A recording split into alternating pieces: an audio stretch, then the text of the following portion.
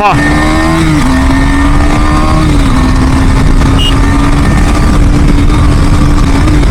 Dusty புல் அந்த ரா power எப்பயுமே due 390 ஓட்டும் போது அந்த கண்ட்ரோலும் அந்த ரா பவரும் அப்படி இருக்கும்.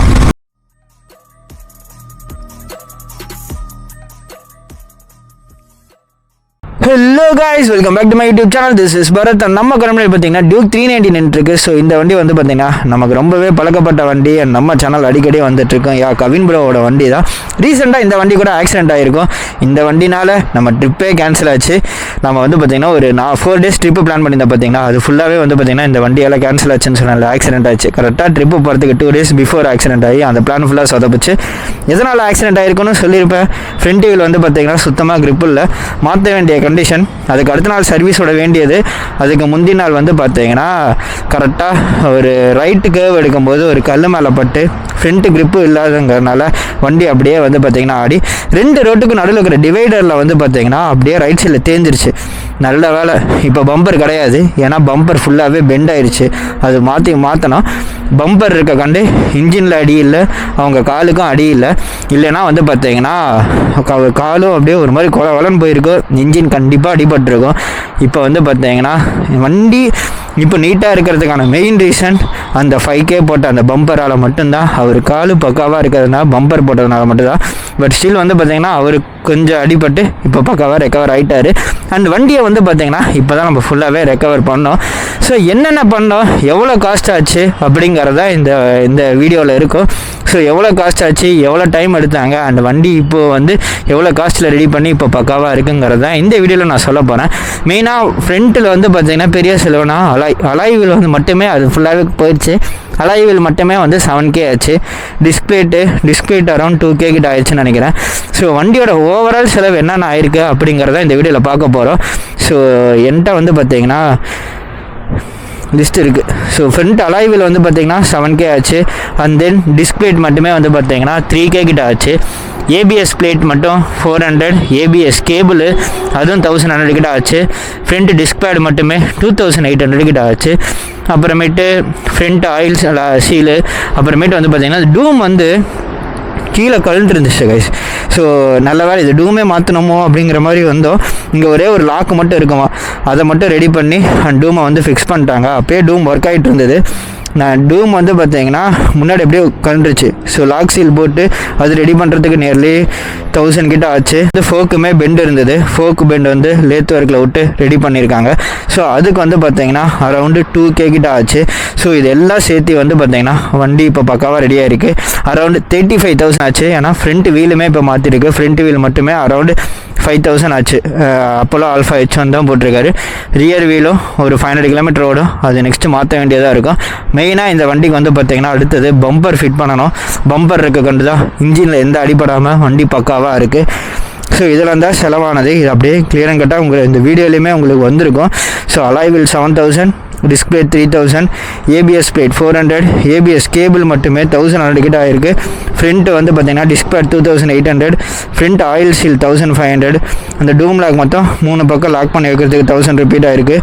Radiator cover 300, indicator 600, graph handle 400, அப்புறம் லூப் வாட்டர் வாஷ் அதெல்லாம் சேர்த்து 500 கிட்ட ஆயிருக்கு.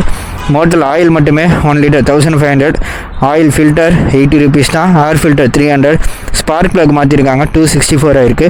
ஃபியூயல் ஃபில்டர் 100, டிஸ்க் ஆயில் வந்து பார்த்தீங்கன்னா 200 கிட்ட ஆயிருக்கு. கூலண்ட் ஆயில் 300 கிட்ட ஆயிருக்கு 1 லிட்ரு. அப்புறமேட்டு லேத் ஒர்க் அந்த ஃபோக் வந்து பெண்ட் எடுத்தது 2000 ஆயிருக்கு. இதெல்லாம் சேர்த்து அண்ட் தென் ஃப்ரண்ட் வீலுமே சேர்த்து அரௌண்ட் வந்து பார்த்திங்கன்னா அரௌண்ட் 35,000 ஆகி வண்டி இப்போ பக்காவாக வந்திருக்கு. ஸோ இதில் மேஜராக நாங்கள் ஃபால்ட் ஆனதுன்னா எங்ககிட்ட இன்சூரன்ஸ் இருக்குதுன்னு நாங்கள் சொல்லியிருப்போம்.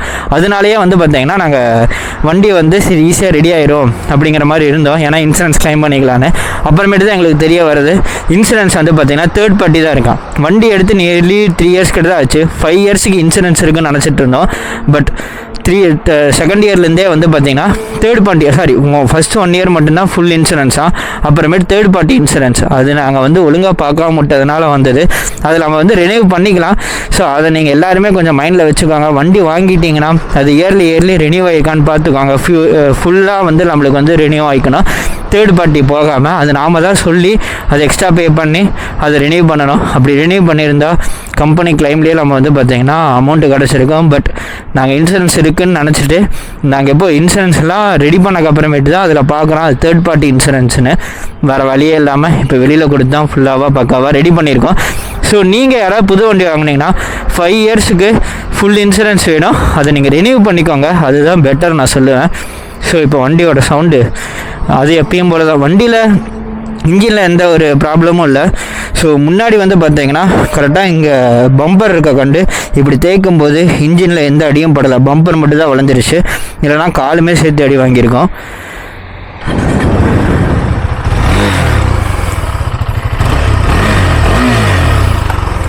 ஸோ வண்டியை வாட்டர் வாஷ் பண்ணிச்சு, திருப்பி மழை வந்தது, ஒன்றும் பண்ண முடியல.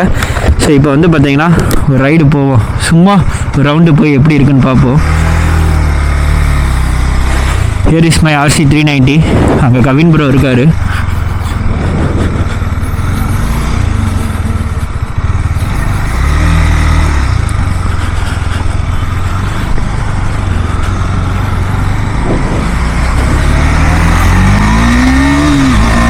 பா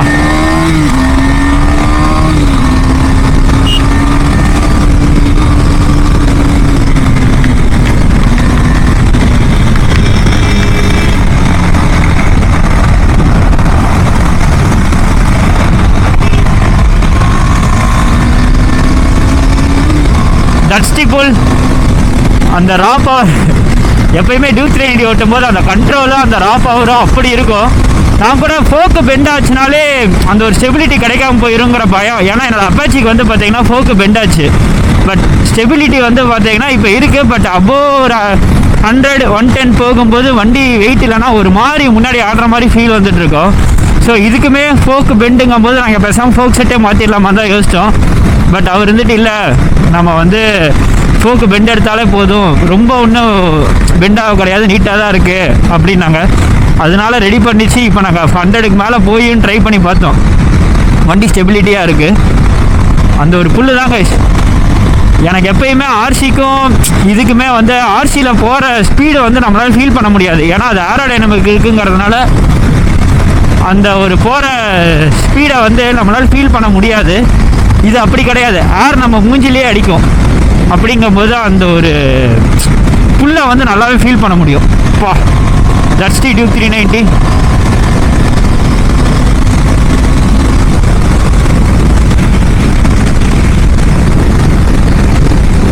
இந்த ஒரு பவரு, இந்த ஒரு ரா பவரை வந்து ஆர்சியில் வந்து ஃபீல் பண்ண முடியாது. அதாவது ரெண்டுக்கும் ஈக்குவல் பவராக இருந்தாலும் இதில் கிடைக்கிற அந்த புல்லை வந்து அந்த வண்டியில் நான் ஃபீல் பண்ண முடியாது. அதுக்கப்புறம் நான் எப்போ இந்த வண்டி ஓட்டினாலும் நான் சொல்கிற ஒரே விஷயந்தான், தினமும் ரொம்ப கை கடக்கமாக இருக்கும், எவ்வளோ ஸ்பீடு போனாலும் கண்ட்ரோல் பண்ணிக்கலாம் அப்படிங்கிற மாதிரியே எனக்குள்ளே தோணும். That's my RC 390.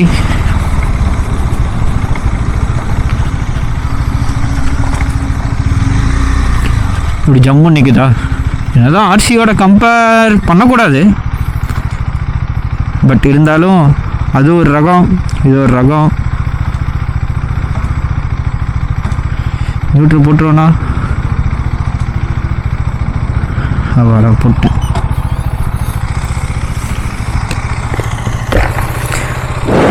வண்டியை சும்மா பக்காவாக ரெடி பண்ணி ரைட் பண்ணும்போது சும்மா செம்ம புல்லு தெரியுது. அதுக்கு தான் இந்த வண்டி நான் சொல்கிறது. ஆர்சி வந்து அந்த ஒரு பவரை வந்து ஃபீல் பண்ணுறதுங்கிறது அவ்வளோவா தெரியாது நமக்கு, எவ்வளோ போகிறாங்கிறது ஸ்பீடோமீட்டர் மாட்டால் மட்டும்தான் தெரியும். இதில் அப்படி கிடையாது, வண்டி ஒரு ரா பீஸ்ட்டு. அது நம்ம புல் அந்த பவர் எல்லாமே நம்மளை அப்படியே பின்னாடி போட்டு முன்னாடி தள்ளும், அந்த மாதிரி இருக்கும். ஸோ வண்டியை பக்காவாக ரெடி பண்ணிட்டோம். இதுக்கப்புறம் ரைடு போவோமான்னு கேட்டால் தெரியாது, இப்படி ஏதாவது ஒன்று சொதப்பிட்டு தான் இருப்போம். பட் ஸ்டில் எங்கள் கேங்கில் திருப்பி டியூக் 390 வந்துருச்சு, பக்காவாக ரெடி பண்ணி ஃபுல்லாக ரெடி பண்ணி மாசாக நின்றுட்டுருக்குது. ஸோ தட்ஸ் ஆல் கைஸ், இந்த வீடியோ இதோட முடிச்சுக்கலாம். நெக்ஸ்ட் வந்து பார்த்தீங்கன்னா ஒரு நல்ல கண்டென்ட்டில் சந்திப்போம். அது வரைக்கும் eat healthy ride safe, take care, bye by.